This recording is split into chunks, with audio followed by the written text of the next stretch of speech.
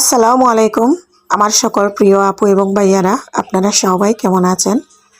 আশা করছি কাছে এবং দূরে, দেশ এবং বিদেশে যে যেখানে বসে আমার আজকের ভিডিওটি দেখতেছেন, আল্লাহর রহমতে আপনারা সবাই অনেক ভালো আছেন। আর আমরাও আল্লাহ তাআলার অশেষ রহমতে আলহামদুলিল্লাহ বেশ ভালো আছি। বরাবরের মতো চলে আসলাম নতুন আরও একটি ব্লগ ভিডিও নিয়ে। আমি হাসনা হেনা। ভিডিওর শুরুতে আপনাদের কাছে যে কথাটা না বললেই নয়, আপনারা একটা লাইক দিয়ে আমার ভিডিওটা দেখা শুরু করবেন আর ভিডিওটি না টেনে ফুল ভিডিও দেখার চেষ্টা করবেন। আজকের ভিডিওতে দেখতেছেনই কি করতেছি। তো আজকে রুই মাছ ভুনা করতেছি। মাছগুলো আগে আমি ভেজে নিয়েছি, পুরা ভাজা করি নাই, হালকা ভেজে নিয়েছি। এখন মাছগুলো আমি ভুনা করার জন্য ফ্রাই প্যানে মাছ ভাজার তেলটা দিয়েছি আর অল্প পরিমাণের তেল অ্যাড করেছি। দিয়ে পেঁয়াজ কুচি দিয়ে দিলাম 1.5 কাপ পরিমাণ, দিয়ে দিলাম রসুন বাটা,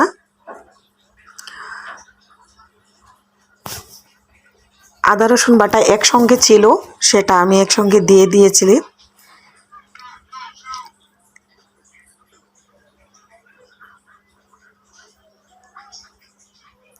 ভালো করে মশলাটা একটু কালার চেঞ্জ হয়ে গেলে একটু পানি দিলাম, দিয়ে হলুদের গুঁড়া, মরিচের গুঁড়া, জিরার গুঁড়া, ধনিয়ার গুঁড়া, লবণ দিয়ে মশলাগুলো সুন্দর করে কষিয়ে নেব। আমার রান্নাগুলা দেখানোর কারণ হলো, যেহেতু আমি মেয়ে মানুষ, মহিলা মানুষ, আমরা ব্লগ ভিডিও বানাই, আমাদের রান্না বান্না সাংসারিক কাজ ছাড়া আর কী বা দেখাইতে পারি। তো আমার রান্নাটা দেখানোর কারণ হলো, আমার ভিডিও অনেক ভাইয়ারা দেখেন যারা ব্যাচেলার থাকেন, বিদেশে থাকেন, অনেক আপু আছেন ব্যাচেলার থাকেন, রান্না পারেন না।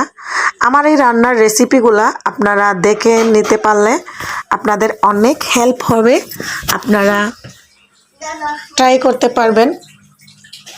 আমার আপু ভাইয়ারা আমার ভিডিও দেখে যদি আপনাদের ভালো লেগে থাকে আর আপনারা যদি মনে করেন আমার রান্নার রেসিপিগুলা আপনাদের পছন্দ হয়েছে, প্লিজ পছন্দের যদি হয়ে থাকে আপনারা কমেন্টের মাধ্যমে আমাকে জানাবেন, আমি অনেক খুশি হব। তো আপনারা দেখতে থাকুন কিভাবে আমি রুই মাছটা ভুনা করে নিলাম। খুবই সুন্দর একটা কালার হবে। আমি পরিমাণ মতো পানি দিয়েছি, যেহেতু মাছটা আমি হালকা ভেজে নিয়েছি। বেশিক্ষণ রান্না করতে হবে না, মাছটা রান্না করতে আসলে বেশি সময় লাগেও না। আমি একটু হালকাভাবে নাড়াচাড়া করে, যাতে মশলাগুলো সব মাছের মধ্যে মিশে যায়, একটু নাড়াচাড়া করে দিলাম।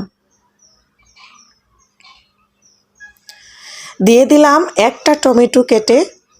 এই টমেটোটা দেওয়ার কারণে মাছ ভুনার স্বাদটা বেড়ে যাবে। আমি মাছ ভুনা করলে সব সময় টমেটো ইউজ করি। আর ধনিয়া পাতা দিলে তো আর কথাই না। দিয়ে দিলাম পরিমাণ 3টা কাঁচামরিচ। আমার ঘরে কাঁচামরিচ ছিল না, কাঁচামরিচগুলো একটু লাল লাল হয়ে গিয়েছে। তারপরেও তো কাঁচামরিচ, তাই না? 3টা কাঁচামরিচ দিয়ে দিলাম। আপনারা যারা ধনিয়া পাতা খাইতে পছন্দ করেন, আপনারা এরকম মাছ ভুনার মধ্যে ধনিয়া পাতা দিতে পারেন। আর ধনিয়া পাতা দিলে আসলে মাছ ভুনার মধ্যে খুবই ঘ্রাণটাও সুন্দর লাগে, দেখতেও ভালো লাগে, খাইতেও দারুণ স্বাদ লাগে। ওয়ালিদের বাবা ধনিয়া পাতা খেতে পছন্দ করে না, তার জন্য আমারও খাওয়া হয় না, বাট আমার তো ধনিয়া পাতা অনেক পছন্দ। হয়ে গেছে আমার মাছ ভুনা। এখন আমি বসিয়ে দিচ্ছি আরেকটা রেসিপি। দিয়ে দিলাম কড়াইতে তেল গরম হয়ে যাওয়ার পর পরিমাণ মতো পেঁয়াজটা হালকা ব্রাউন কালার হয়ে গেলে আমি একটু পানি দিয়েছি, দিলাম হলুদের গুঁড়া, মরিচের গুঁড়া। আপনারা মনে করতে পারেন আমি মনে হয় গুঁড়া মরিচটা একটু বেশি খাই, মনে করেন জাল মনে হয় বেশি খাই না। আমি যে গুঁড়া মরিচটা খাই এটাতে জাল পরিমাণে কম থাকে, সেই জন্য গুঁড়ামরিচের পরিমাণটা আমি একটু বেশি দেই, এত বেশি জাল হয় না, আর আমি জাল খেতে পছন্দ করি না। কাঁচামরিচ দিয়ে রান্না করলে রান্নাটা কালার সুন্দর আসে না, সেজন্য আমি গুঁড়ামরিচটা ইউজ করি।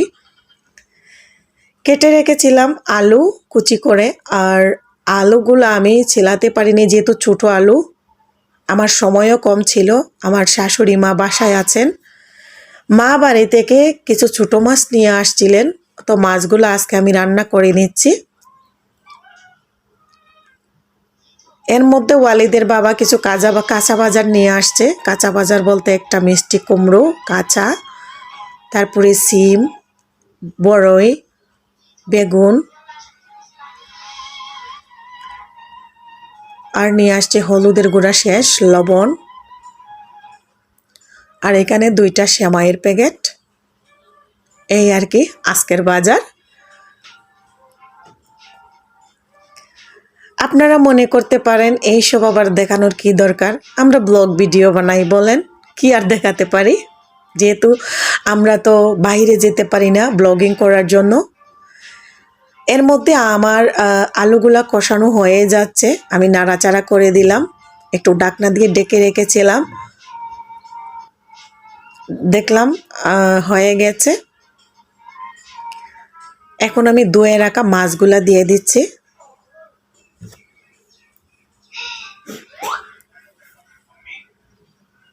ছোটো মাছগুলো আমি যেভাবে রান্না করতেছি, রান্না করার পরে মাশাআল্লাহ আলহামদুলিল্লাহ খুবই মজা হয়েছিল।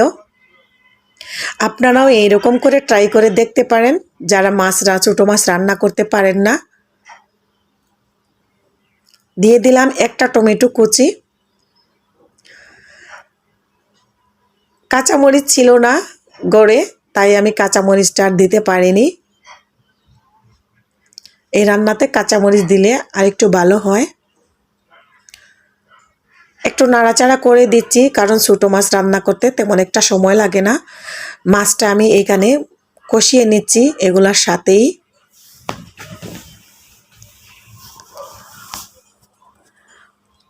কথা বলতে বলতে অনেক কথা বলেই ফেলেছি।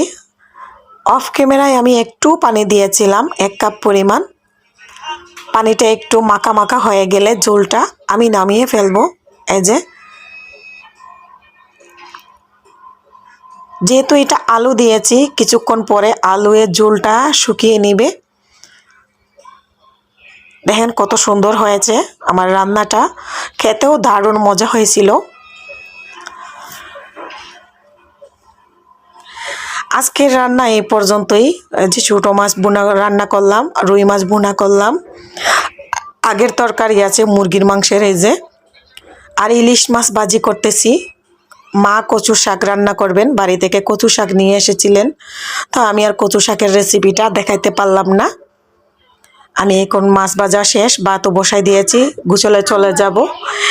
এই সময় এতক্ষণ পর্যন্ত যারা আমার সাথে ছিলেন, আমার আপু ভাইয়ারা, আমার কথাবার্তার মধ্যে যদি কোনো ধরনের ভুল ত্রুটি হয়ে থাকে প্লিজ আমাকে ক্ষমা সুন্দর দৃষ্টিতে দেখবেন, আর কমেন্টের মাধ্যমে জানাবেন আমার ভিডিওগুলো কেমন হয়েছে। কচু রান্না করার জন্য এই যে মাছের মাথা একটা কেটে রাখছি, কচু কেটে রাখছি, আম্মা রান্না করে দিবেন, সেজন্য আমি আর রেসিপিটা দেখাতে পারলাম না। আবারও আপনাদের কাছ থেকে এই কথাটা বলে নিলাম। এতক্ষণ যে আপু এবং ভাইয়ারা আমার সাথে ছিলেন আপনাদেরকে অসংখ্য ধন্যবাদ। নতুন নতুন যে আপু এবং ভাইয়ারা আমার ভিডিওটি দেখেছেন, যদি আমার ভিডিও দেখে একটু ভালো লেগে থাকে তাহলে সাবস্ক্রাইব করে পাশে থাকা বেল আইকনে ক্লিক করে দিবেন। আমি ভিডিও ছাড়ার সাথে সাথে আপনাদের কাছে নোটিফিকেশন চলে যাবে, আপনারা আমার ভিডিওগুলো দেখতে পারবেন। এর মধ্যে ওয়ালিদ বাবু আমার ট্রাইপডটা একদম ভেঙে চুরমার করে ফেলেছে, ওর বাবাকে বললাম ট্রাইপডটা ঠিকঠাক করে দাও, ওর বাবা এটা ঠিক করে দিতেছে। আর আমি একটু আপনাদেরকে দেখিয়ে নিচ্ছি, আমার এই ট্রাইপডটার উপরে আমার ছেলে অনেক নির্যাতন করে। আমি এখানে বিদায় নিয়ে নিব আপনাদের কাছ থেকে। আল্লাহ হাফেজ, আসসালামু আলাইকুম।